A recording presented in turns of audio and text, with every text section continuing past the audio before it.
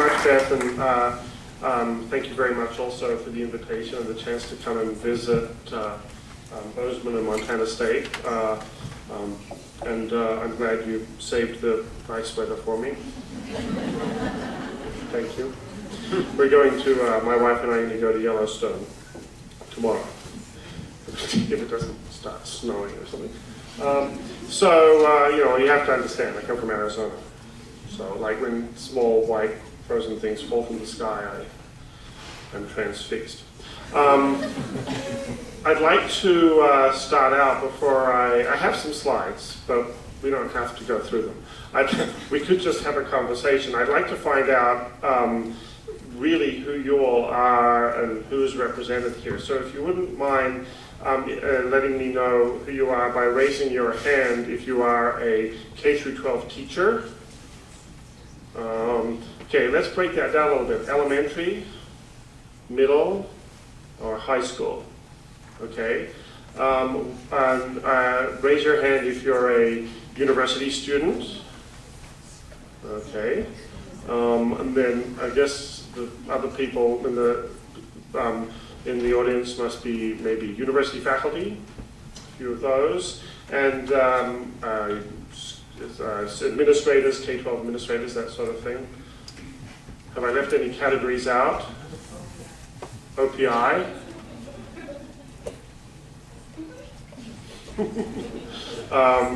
And also, and I guess so I have one more quiz for you.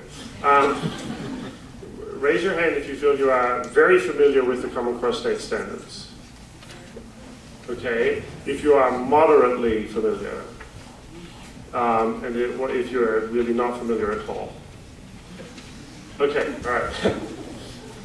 I don't know why I do that because it doesn't help me at all. But anyway, it's nice to know that. All right, nice to know we have a diverse range here. I'd like you to feel free to interrupt me at any time and ask questions. I'll start talking a little bit about the standards, but there may be things that I leave out, or for that matter, there may be times when you think you already know everything I have to say. So I'm here to talk today about the Common Core State Standards in mathematics, which have consumed a lot of my attention for the last 3 years, and are now consuming the attention and efforts and energies of all of you, people who have to implement them. Why is it a good idea to have common standards? We've already had standards in this country. States have their own standards, and so there's nothing new about standards. What's new is that we have common standards. There are 50 states in this country, and until a couple of years ago, they all had a different set of standards. And local control doesn't just go down to the state level. I know that Montana's a local control state, and it goes down to the district level. So we have 16,000 school districts in this country, and often decisions about mathematics education are being made at that level. This is a quote from a report by Bill Schmidt that maybe started off the current standards movement, where he said that there was no one at the helm of mathematics and science education. There are 16,000 districts all doing their own thing. No coherent vision of how to educate today's children. This was in a report called A Splintered Vision, and this is also the report where the famous term mile wide, inch deep was coined as a way of describing the mathematics curriculum.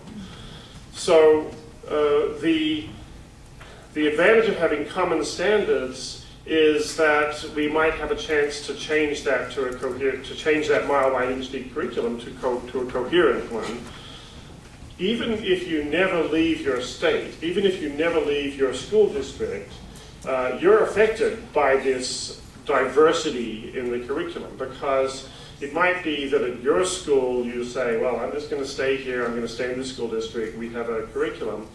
But you're using, probably, most school districts are using textbooks that are produced nationally, and those textbooks have to deal with very widely varying sets of expectations. There are plenty of seats up here if you guys want to come and just sit down. Why don't you move the seats? Yeah, come and sit down. Like there are two here, two here. There are two up the front here. There's one there, one there. Don't stand on ceremony. worry about walking in front of the speaker. He doesn't mind. Come on in. If you're afraid of sitting in the front row, there are plenty of seats at the back.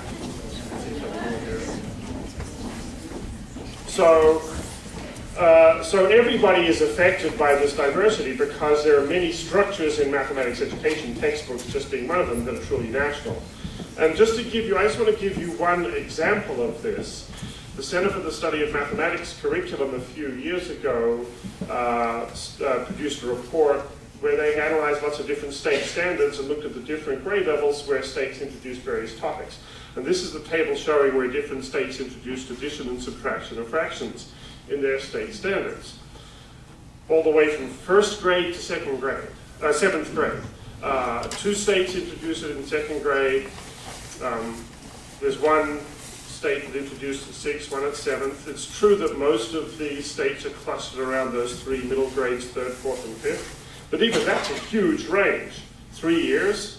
So that means someone writing a curriculum to accommodate all these different states has to somehow find some way of designing a curriculum where they might be learning addition of fractions at 1 of 3 different years. How can you design a progression, a coherent development of an understanding of fractions when you have to sort of keep revisiting it to accommodate the needs of different states? So a common set of standards gives us a chance to solve some of these problems. And that's really what I want to emphasize about the standards. A lot of people at the moment are worried about the standards. They're thinking about how to implement them. For many states, it's a big shift. A lot of states just came off writing sets of standards quite recently, and now they're suddenly shifting to a new set. Those are all problems. Those are all big problems, but they're not new problems. States have been writing standards for 20 years, and most states have been through 2, 3, or 4 revision cycles where they've had exactly those problems of transition. The new thing here is not a problem, it's a solution, namely the fact that we're sharing resources, we're sharing a common text, we have a chance to work across state lines in solving problems in mathematics education. The Common Core, I'll say a little tiny bit about the development process, not much, and answer more questions about that if people have them. There was, Common Core was commissioned by 2 organizations, the National Governors Association and the Council of Chief State School Officers, both organizations of states. The members of these organizations are states, and they got together and agreed that they would be a good idea to write standards. They commissioned a work team of about 60 people, which I chaired, to write the mathematics standards, and there was a smaller writing team that did the sort of work of putting them together that consisted of myself, Phil Darrow, and Jason Zimba. The writing happened over 2009 to 2010, roughly September 2009 to June of 2010. There was a lot of revision, public release to the member states, commentary, a very active period.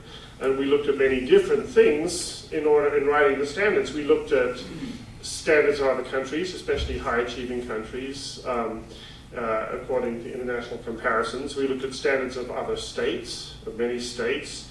We looked at mathematics education research. We commissioned papers from mathematics education researchers to sort of give us a digest of what the literature tells in various areas. We also looked, another important source of information about the design of the standards is what I call the structure of the subject itself. That is, mathematics has a certain structure to it, and that was a design element. We looked at all sorts of national reports, and we also listened to the opinions of many, many people.